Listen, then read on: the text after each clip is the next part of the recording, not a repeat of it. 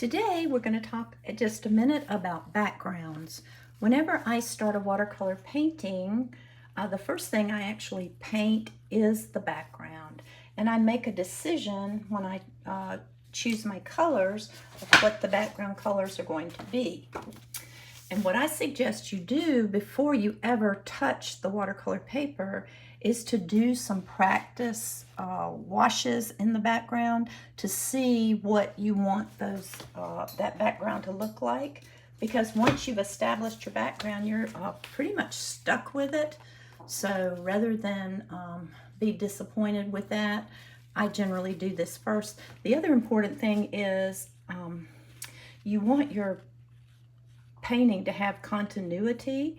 You don't want your background to interfere with the focal point. Whenever you're, especially with a portrait like this is my beautiful grandson, you always want the background to be the background, not to come forward, not to be too dominant, and to be too much detail, because if you have detail back here, it's going to take away from your primary focal point.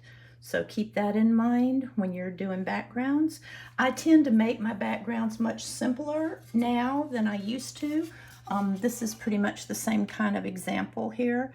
I just make a very soft background, and if it's outside, I tend to do the greens. These are some gorgeous greens. This is green gold, which is my favorite green by Daniel Smith. This is some yellows in here, Naples yellows and Senoyer yellows of different kinds in here. This is a very dark green, which is green umber by Senoyer. And I mix them all together in the palette, and then I just loosely, with a lot of water, put them in. And I generally put them in upside down so that it doesn't drain all down into my painting. So I hope you found this helpful, and you will think about your backgrounds prior to starting your paintings.